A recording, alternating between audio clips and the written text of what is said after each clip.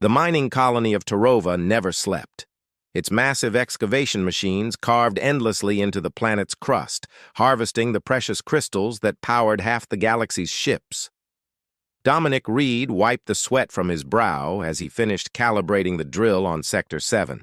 The air was thick with dust, and the distant rumble of machinery provided the constant soundtrack to his life. "Hey, Dom, we're wrapping up for the night. You coming?" called Benji, his stocky colleague who was already removing his protective gear. Dominic shook his head. "Going to check the eastern ridge first. The sensors picked up some anomalies earlier." Benji shrugged. "Suit yourself. Don't work too hard. You know the company won't thank you for it." After his colleague left, Dominic climbed into his terrain vehicle and headed toward the eastern ridge. The truth was, he cherished these solitary moments. The quiet vastness of Tarova's barren landscape reminded him of how small he was in the grand scheme of the universe. Out here, away from the colony's cramped quarters and endless noise, he could breathe. The anomaly readings had spiked near the uninhabited sector, a maze of ravines and jagged rock formations that most miners avoided. As he guided his vehicle around a particularly steep cliff, something flashed in the distance, a glint of metal catching the light of Tarova's setting sun. Dominic slowed the vehicle, his curiosity piqued. Company protocol dictated he should report any unidentified objects immediately, but something made him hesitate. He parked and approached on foot, climbing over the rocky terrain until he could make out the distinct shape of a small spacecraft partially hidden in a narrow ravine. It wasn't a mining vessel or any design he recognized. The ship's sleek, curved hull was unlike the bulky industrial crafts used by the company. It appeared damaged, with a long gash running along one side. "Hello?" Dominic called out cautiously, one hand resting on his utility knife. "Anyone there?" A soft groan from inside the ship made him freeze. Dominic approached slowly, peering through the cracked viewport. What he saw made his breath catch in his throat. A woman, no, not entirely a woman, was slumped in the pilot's seat. Her skin was a deep azure blue that seemed to shimmer under the cabin lights. Long, silvery hair framed a face that was hauntingly beautiful, yet unmistakably alien. Her eyes were closed, and a dark fluid, possibly blood, trickled from a wound on her temple. Dominic hesitated only for a moment before prying open the damaged hatch. The mining company had strict protocols about encountering off-worlders, especially those arriving without clearance. Tarova's resources were jealously guarded, and unauthorized visitors were typically detained, interrogated, and deported, or worse. But as he looked at the injured being, those protocols seemed suddenly distant and irrelevant. "Hey, can you hear me?" he asked, reaching out to check her pulse. The moment his fingers touched her skin, a jolt like static electricity ran up his arm. The alien's eyes snapped open, eyes of an impossible violet that seemed to glow from within. She recoiled from his touch, pressing herself against the seat. "Neth vorase." Her voice was melodic despite the fear in her tone. "I'm not going to hurt you," Dominic said, raising his hands to show they were empty. "You're injured. Your ship is damaged." The alien woman studied him, her breathing rapid. Then, to his astonishment, she responded in halting standard. "Who? You?" "Dominic. Dominic Reed. I'm a mining technician." He pointed to the company logo on his jacket. "This is Tarova, a mining planet. You've crashed." She touched her temple, wincing as her fingers came away stained with iridescent blue blood. "Nima," she said simply. "My name, Nima." "Nima," he repeated. The name felt strangely right on his tongue. "We need to get you somewhere safe. The company's security will be doing rounds soon." A flash of panic crossed her face. "Telvat? Soldiers?" "Something like that. They won't be friendly to unexpected visitors," he explained. Making a split-second decision that could cost him his job, or worse, he continued. My quarters aren't far. I can treat your wound there. Nima hesitated, her violet eyes searching his face intently. Dominic had the strange sensation she was seeing more than just his features, as if she could somehow look into him. Then she nodded slowly. Trust you, she said, though it sounded almost like a question. Can you walk? He offered his hand. This time when she touched him, the jolt was gentler, more like a warm current flowing between them. Nima stood unsteadily, her height nearly matching his own. Up close, he could see intricate patterns on her blue skin, subtle swirls that seemed to shift with her movements. Ship, she said urgently. Hide. You're right. Dominic looked around. We need to conceal it better. Worky. Dominic woke to the unusual sensation of another presence in his quarters. For a moment, he thought he'd dreamed the events of the previous day. The crashed ship, the blue-skinned woman with violet eyes. Then he saw Nima standing by his small window, a sliver of morning light outlining her slender figure as she peered cautiously through the blinds. The sun here, she said without turning. So distant and pale. Dominic sat up, running a hand through his disheveled hair. Tarova orbits a dwarf star. Not much warmth makes it through the atmosphere. Nima turned to him, and he was struck again by the ethereal quality of her appearance. The wound on her temple had already begun to heal, leaving only a faint mark against her azure skin. How are you feeling? He asked. Better. She touched her temple lightly. My kind heal quickly. Dominic checked the time and grimaced. I'm due at my shift in an hour. The company gets suspicious if anyone misses work without documentation. He hesitated. You'll have to stay here. It's not safe for you outside. Nima nodded. I understand. I need to learn more about this place, about humans. Dominic moved to his small kitchen unit and prepared a simple breakfast for them both. As he worked, he felt Nima's eyes following him, studying his movements with evident curiosity. Your people, she said after a moment, they live only to dig stones? Dominic laughed despite himself. Not all humans know, but here on Tarova, mining is everything. The crystals we extract power most interstellar travel. Without them, the human expansion would grind to a halt. He placed a bowl of synthetic protein and nutrient mix in front of her. I'm not sure if this is compatible with your biology, but it's standard human fare. Nima inspected the food with a mixture of caution and interest before taking a small taste. Her expression brightened. Similar to fermented pulp of Navi fruit. I'll take your word for it, Dominic said with a smile. As they ate, Dominic found himself watching Nima's graceful movements. Everything about her suggested an environment vastly different from Tarova's harsh landscape, from the fluid way she moved to the melodic cadence of her speech. Tell me about your world, he said, about the Celestians. Nima was quiet for a moment, as if gathering her thoughts. Our home? Silesria, a world of vast oceans and floating islands, colors everywhere, life, abundant. Her eyes took on a distant look. We live in harmony with the waters and winds, our cities built into the living coral and crystal formations. It sounds beautiful. It was. The sadness in her voice was unmistakable. Before the consortium came. The consortium? A coalition of species who fear what they cannot understand. Nima's hands tightened around her bowl. They discovered our telepathic abilities and declared us a threat. Said we could manipulate minds, control others. But this is not our way. Dominic frowned. So you're refugees? Yes, my ship is one of many. We scattered across the stars, seeking worlds where we might live in peace. The implications of her words hung heavy in the air between them.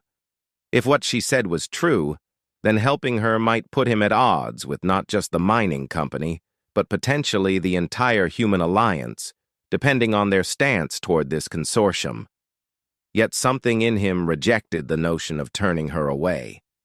In the sterile, utilitarian world of Tarova, Nima represented something he hadn't realized he'd been missing: wonder, mystery, a connection to something beyond the endless extraction of resources.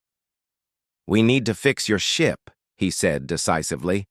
"I can get tools and parts, but we'll have to be careful. Security's been tighter lately because of pirate activity in the system." Nima's expression lightened with hope. "You would help me? Even knowing the risk?" Dominic surprised himself with his answer. "Yes." After finishing breakfast, he quickly dressed in his work uniform and gathered his equipment. Before leaving, he showed Nima how to use the basic amenities in his quarters and gave her strict instructions not to open the door for anyone. "I'll be back as soon as my shift ends," he promised. "Stay inside and stay quiet." Nima touched his hand lightly, and he felt that now familiar gentle brush against his mind, a wordless expression of gratitude that somehow conveyed more than speech could have. The mining complex was busier than usual when Dominic arrived. A transport ship had docked overnight, bringing new equipment and taking on a shipment of crystals. Security personnel were everywhere, checking identification and inspecting cargo. "There you are," Benji greeted him as he entered the technician's bay. "Thought you might have gotten lost in the eastern sector yesterday." "Just took longer than expected," Dominic replied, trying to sound casual. "Found some interesting formations out there." Benji snorted. "Only you would find rocks intra." The sun rose slowly over the icy expanse of Senthos, casting long shadows across the white plains. Jace Nolan stood beside Larry outside the shelter, both wrapped in silence and layers of thermal cloth.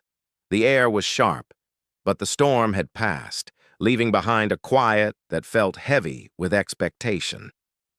Ilari's violet eyes were fixed on the horizon. Her breathing was steady now, no longer shivering, no longer weak. She had changed. There was a strength to her posture now, as if surviving the storm had awakened something she had only dreamed of before. "Do you think they'll come soon?" she asked, her voice low. Jace checked the scanner on his wrist. "The signal's getting stronger. They're close." Ilari didn't speak again, but her hands clenched and unclenched at her sides. Jace watched her quietly, letting the silence speak for both of them. He knew this moment was more than a reunion. It was a reckoning. In the distance, the low hum of energy sleds reached their ears. Moments later, shimmering forms came into view, gliding over the snow with practiced ease. Silver hulls reflected the morning light, and behind them, tall, elegant figures began to emerge. The Inari caravan. Jace had never seen so many of them in one place. They moved with fluid grace, dressed in robes layered with crystalline filaments that shimmered like frost. Their skin glowed faintly, some shades of green, others tinged with violet or red, but the majority carried the same soft blue as Ilari. Their eyes were sharp and unreadable. One figure stepped forward from the group. She was taller than the rest, her blue skin etched with ceremonial lines of pale white. Her cloak was lined with polished crystal discs, and when she walked, the air seemed to bend around her presence. Ilari tensed. "That's my mother." Jace nodded slowly. "She looks powerful." "She is. High speaker of our caravan." As the Inari drew close, Ilari stepped forward and bowed her head, a gesture of respect. The tall woman paused, staring at her daughter with an unreadable expression. "Ilari," she said. Her voice was firm, commanding, but not unkind. "We feared you were lost." "I am here," Ilari replied, straightening her spine. "Safe." The woman's eyes flicked to Jace. "And this is the human who helped you?" Jace stepped forward. "My name is Jace Nolan." There was a long silence. Behind the tall woman, the caravan members stood still, watching the exchange. Some of them murmured in soft Anari dialects. Others narrowed their eyes. "Ilari," her mother said slowly, "you were told not to leave the formation. Your absence placed the entire team at risk." Ilari took a breath. "I know. But I left because I needed to. I needed to find something beyond the path chosen for me." The murmurs grew louder. Her mother's expression tightened. "You defied the will of the navigators, of the elders. Your path was set. Your duty was clear." "I didn't choose that path," Ilari said, louder now. "It was chosen for me, and I can no longer accept that." Jace looked between them, sensing the mounting tension. Ilari was trembling, not from cold, but from the weight of every word she dared speak. He moved beside her and placed a hand gently on her shoulder. "She wasn't trying to harm anyone," he said. "She just wanted to make a choice for herself.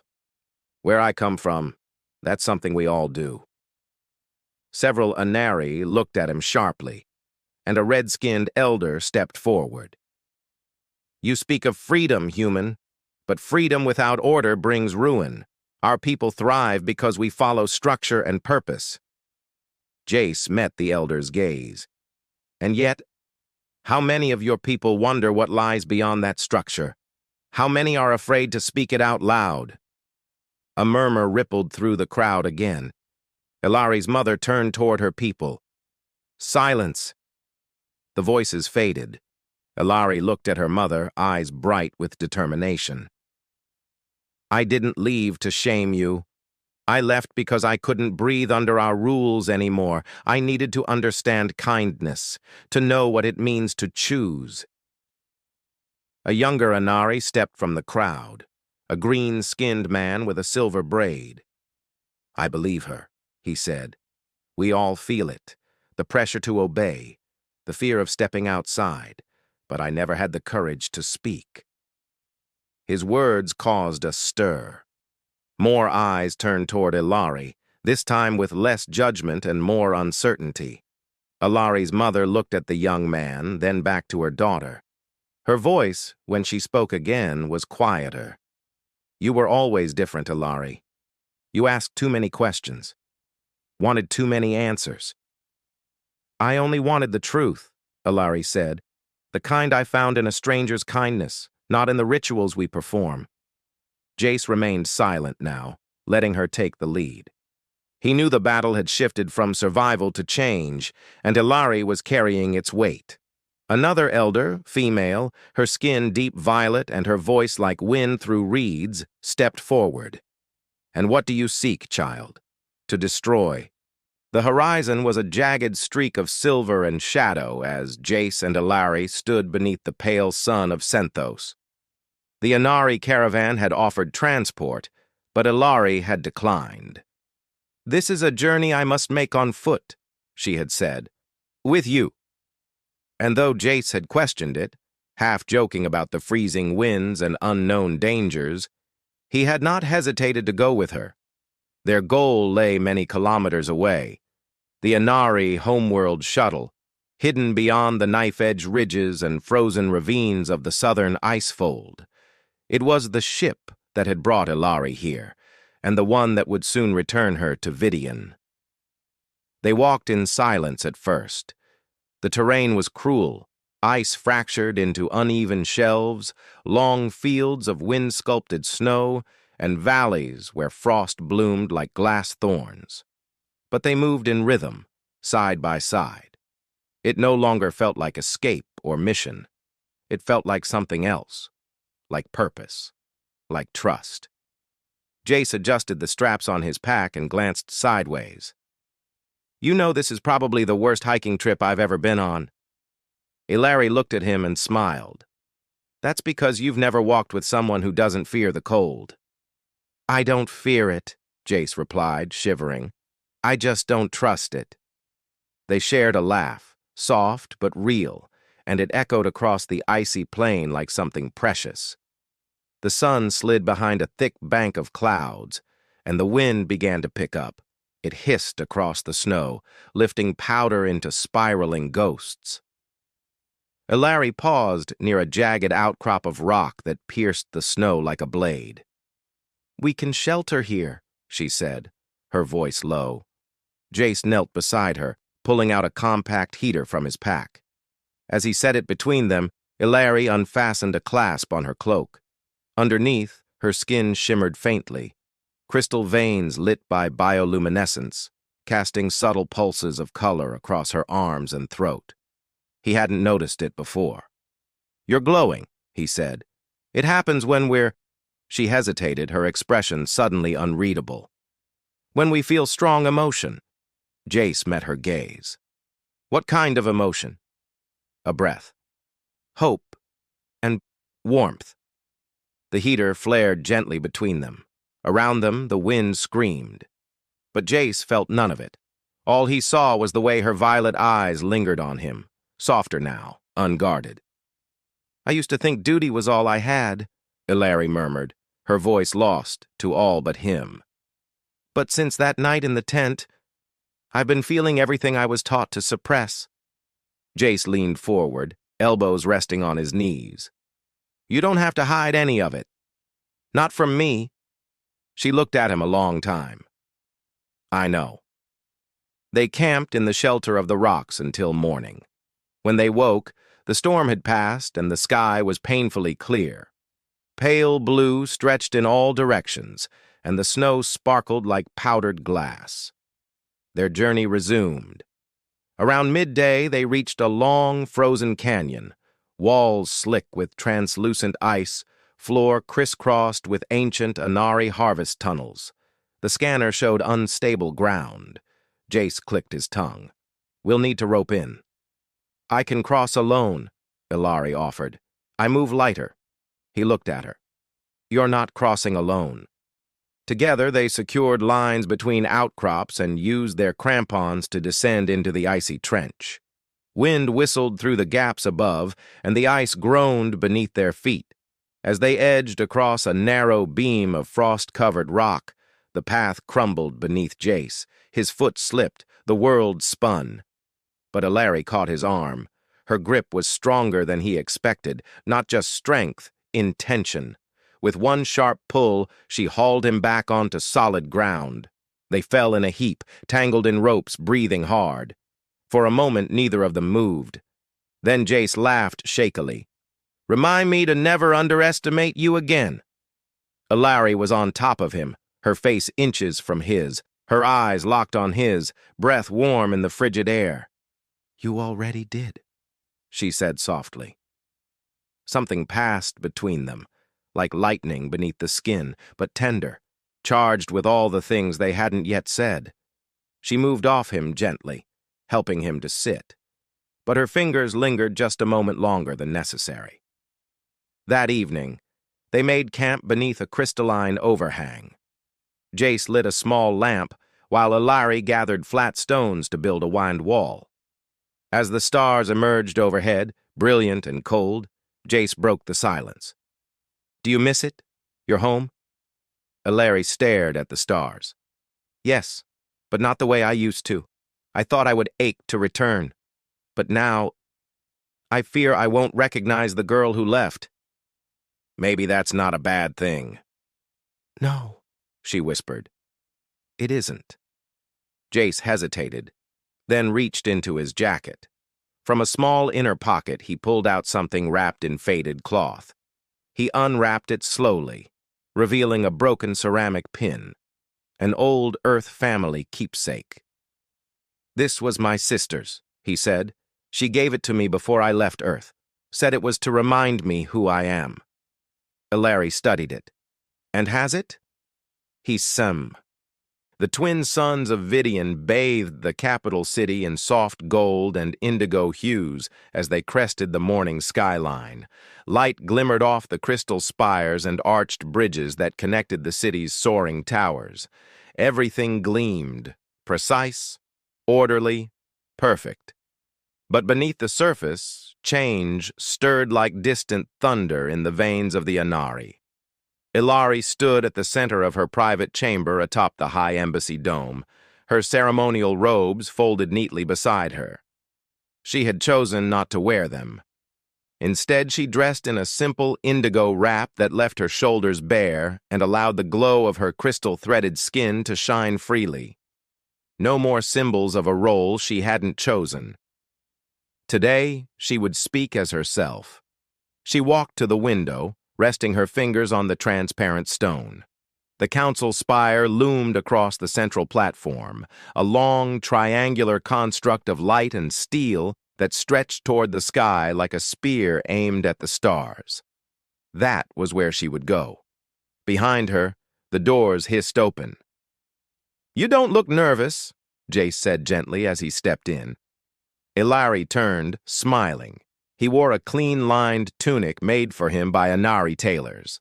Though his shoulders strained against the collar, clearly not used to such formality, he looked dignified in his own way. The human who had once looked out of place in the ice plains of Senthos now stood as a quiet force beside her. "I'm beyond nervous," she said. "I'm terrified." "Then you're doing something important." She walked toward him, adjusting the clasp of her wrap as she passed. "Do you think they'll listen?" "I think they already are," he said, "even if they pretend not to." She nodded slowly. "Will you wait for me?" "I'll be right outside the chamber." Ilari reached for his hand and squeezed it. "Then I'll have all the strength I need." They descended together into the plaza, flanked by guards and observers. The city stirred below with the whisper of anticipation. Word had spread of her defiance on Senthos, her return to Vidian, and her unprecedented request to speak before the Grand Council. No one knew what she would say. Many believed they already knew what she would be told. Ilari stepped onto the ramp of the council spire. Before the crystal doors closed behind her, she glanced back. Jace stood at the base of the stairs, hand over his heart. Her breath caught, but she turned before it could tremble. The chamber was vast, circular, echoing, lit from above by a halo of diffused starlight. Rows of tiered seats rose along the walls, each occupied by elders wrapped in robes of violet, silver, and deep red. The ceiling arched high above them, etched with generations of Inari law. At the center stood a round stone dais. She stepped onto it without waiting to be summoned. Gasps echoed across the gallery. "Ilari of Yinavar," intoned the Speaker of the Council, an ancient woman whose voice was sharp as ice. "You stand here not by edict, but by choice. You have defied formation, you consorted with outsiders, and you return now with a request. Speak." Ilari drew in a slow, steady breath. "My people," she began, her voice clear but soft. "I do not come to apologize. I come to offer truth." There was a long silence, no interruption. So she continued, "I was born into order, into the beauty of tradition, but I was also born into a role I never chose. Every step I was expected to take had been taken by thousands before me. I was to be a voice, a vessel, never an individual." A few elders exchanged glances. "I followed the path, until Senthos, until the storm, until I was left alone, and a stranger extended his hand." Gasps again. Murmurs of the human. "Yes, a human," she said, lifting her head. "He did not see me as Inari. He did not see me as property of a system. He saw me as someone cold, afraid, and in need. And he helped me. Not because it was strategic, not because it was required, but because it was kind." The murmurs fell quiet. Ilari stepped forward. "I do not condemn our traditions. They made us strong, but strength without flexibility becomes brittle. I ask us to remember what the stars have always taught, that change is not weakness, it is motion, and motion is life." One of the elders stood. His robe bore the insignia of lawkeepers. "You suggest we dismantle the very system that has preserved us for millennia." "I suggest we evolve," Ilari replied. And I begin with myself. I wish to join the interplanetary exchange. Cries of surprise echoed through the gallery. I wish to learn from others, to share what we are, and to bring back what we might become. Another elder rose, a woman with green-tinted skin and narrow eyes. No bloodline heir has ever requested this. Then let me be the first. And your bond with this human? The speaker asked, her voice sharp. Ilari paused. What we share is our own. It does not violate our code. But more importantly, it has taught me what no council has, that to love is to see